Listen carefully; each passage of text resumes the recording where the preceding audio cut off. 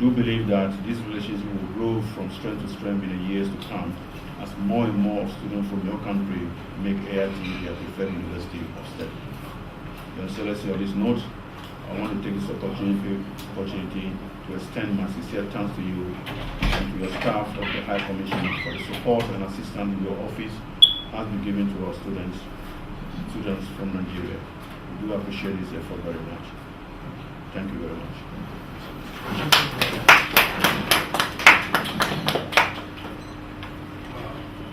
that's impressive. You know, I joined the Foreign Service 31 years ago. I narrowly became one of you because I was given admission to do my doctorate. Ultimately, I wanted to be a diplomat. So I deferred it for 1 year to do my master's in Ife. And while in Ife, I got this admission. And then the Foreign Service was ready for me. It was very competitive. So I had to close my eyes and I couldn't go back to what I did. I was just telling my wife last week that maybe I'll go to Teshi because I know they have some postgraduate program there. At the military school? Yes. Yes, certainly, yes. I'll probably go and do my PhD so that when I retire, I can retire to a small college to fulfill that dream. I think you can't do that.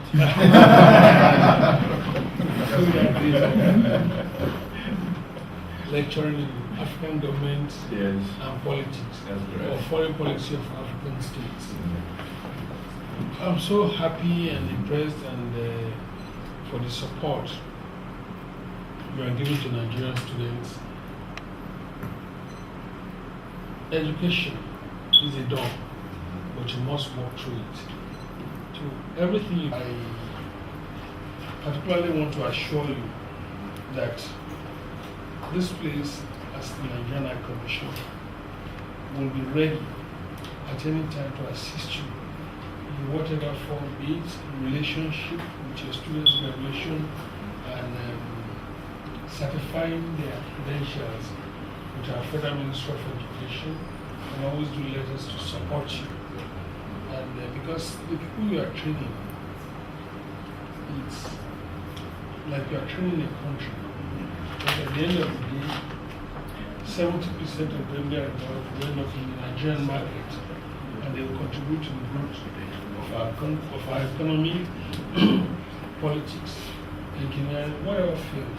At the end of it, for that, these doors will always be open to you at every short notice, and we will participate in whatever you invite us for. That I can tell you, you're most welcome.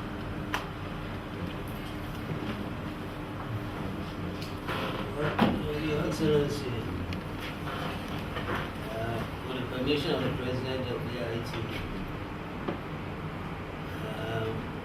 and with regard to his address to you, and in view of the fact that this address may be getting into the press, I thought we should end it where it says long live the Federal Republic of Nigeria, to modify that to read long live the cooperation between the Federal Republic of Ghana, the Federal Republic of Nigeria and the Republic of Ghana.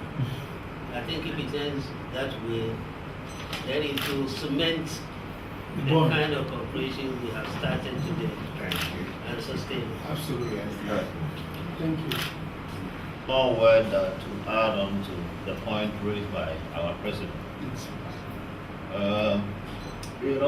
Ghana and Nigeria are two countries that have cooperation since. Actually, I describe them as conjoined twins. Unless we don't want to be realistic. I don't mean to cut you short, but let me quickly say this. We can never be separate. And we have rough times, even twins come out of the same quarrel. But Nigeria and Ghana will always find a way to resolve our differences. Because historically, look at it. The same currency, the same armed forces, the first generation of Nigerian military were trained in Teshi. Most people don't voice in Navy, in ECOWAS, even at the United Nations.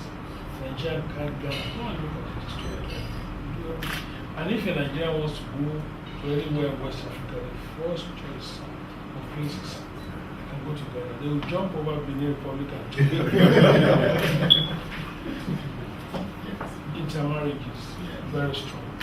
I was in the church yesterday and I saw Nigerian names at the Rich Church. First name of these people with a Ghanaian surname, either by marriage or by birth. And growing up, I knew a lot of Ghanaians who lived in Nigeria. Chibani was a very famous name. He had a zoo in Lagos. He was a Ghanaian. Babatunde Kwashi Williams was originally, and so many. I have personally a Ghanaian living in my home as I talk to you now, with his 5 children who are born there. They've been part of my family for the last 13 years. So, I mean, you can imagine the kind of bond between our 2 countries, and this kind of institution has gone a step further to strengthen it. My prayer will only be that the bond of friendship between our 2 countries, like the Prof said, will never break. And long live the Federal Republic of Nigeria, and long live the Republic of Ghana. I think we should toast to that. Permit me, you cannot say long live our 2 countries. So, please, if you think that's it. Yes, yes. So I was going to add a small remark to what the President has already said. That indeed, this cooperation started a long time ago, and it continues. Those of us who had the opportunity to study outside. In fact, in my case, I was sharing an apartment with Nigerian in my university, and that was in the UK.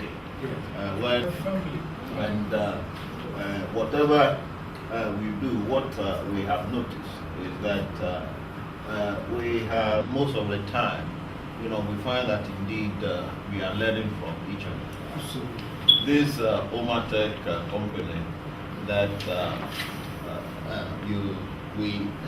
part of it has been established here, was initiated in Nigeria, and indeed, I recall that in the early days when Omatech, and I think you probably have encountered Florence Sidike, who is the group CEO of Omatech. She actually came to Ghana in an attempt to sell Omatech computers in Ghana. And I said, well, if you just want to sell Omatech computer in Ghana, it may appear to be a little bit different.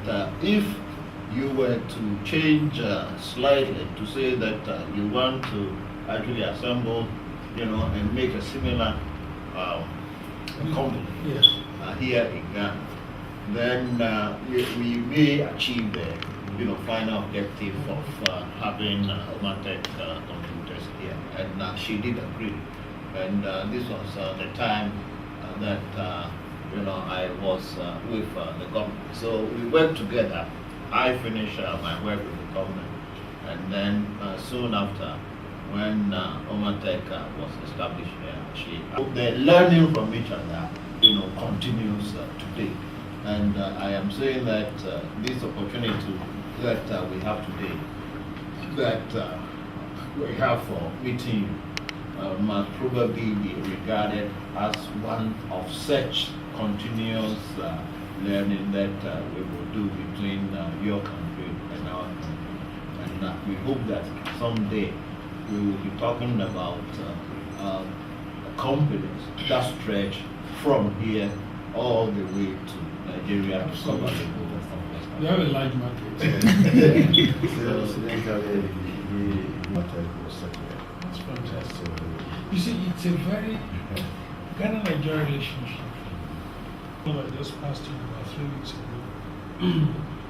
Architect Ken Akamcho, who was Minister of Water, I used to sweep his office. Because when he flew from Kumasi, when he graduated in 1969, first choice of work was in Nigeria. I came to work with my father, the first Nigerian architect. And it was a private practice, one of the largest architectural practices in Nigeria then. So after work, when I come back from school, I had to sue the drawing hall. We lived in our house. I remember that I spoke with the wife. I spoke with him. I spoke with the wife before he died. That is the extent of our relationship. I ate kinky before I came to Ghana. Because people would come from here, they bring me to our house. And I was always excited to see something from another African country. And so, in fact, on my own, I came to Ghana in 2008 with my wife. We spent Christmas here. Still at the Fiesta Royale. And then we went to Cancun National Park. Just went around.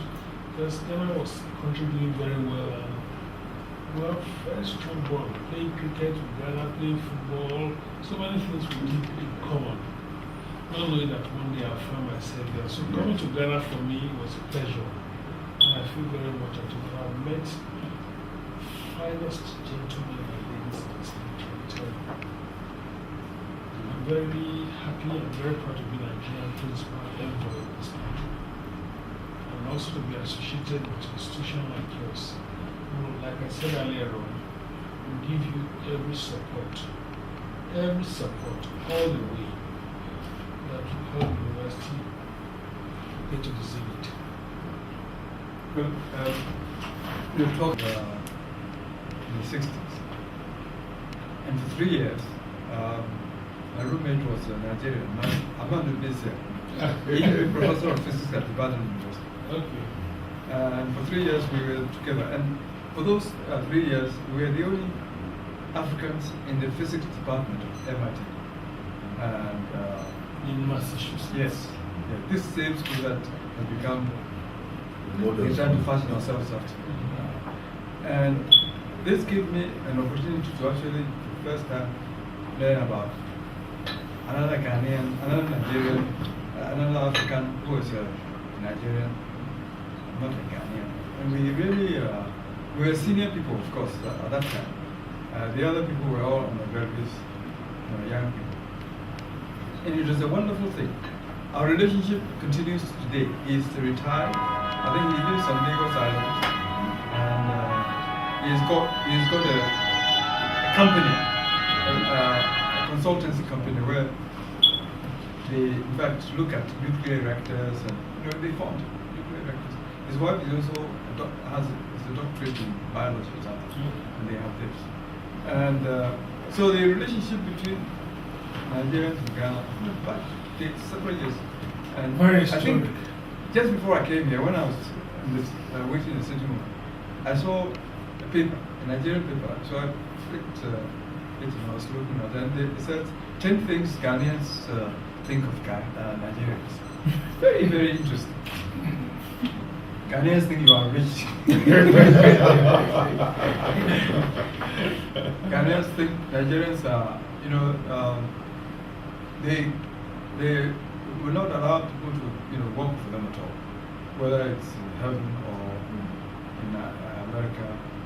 But the idea that, remember what happened recently between Nigeria and South Africa, when they were doing the inoculation thing, and they kept Nigerians from entering, and then They were deported. and you twisted their tail a little bit, and they came around. We will not do that. because all the time in Nigeria and Ghana, we have a relationship that is very special. It's beyond even me, the ambassador here. My government and the Ghanaian government will meet at a different level. It's deeper. My president talks to the Ghanaian president regularly. And I also want to quickly stress that Nigeria is rich, by the use of interest, but everything we own, we won't I want to look forward to this. I think for the West African sub-region, because I believe this wealth is stretching across the sub-region. We share things with our brothers and sisters because of don't, we cannot even be saved ourselves. We have to. When we had crisis in Nigeria during the Civil War, we didn't go to America or UK to resolve our differences. We went to America. That is the level of faith we believe we have with the Ghanaians. Because people will always tell us the truth. President Kufuor was in Abuja about a month and a half ago. I was there. I flew with him from there. And he spoke a lot of good truth, which I believe our government took very seriously. And to help us, we made our own mistakes. And we don't want any other West African country to make the same mistake. And also, our two countries together are like the policemen of this subject. If not for Ghana and Nigeria, the kind of bond we have between us, this would have been a theater of war all across.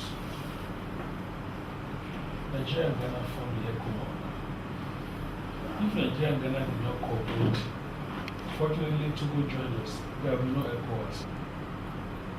So I think it's a perfect relationship, which is very enduring. You can write books because books have been written.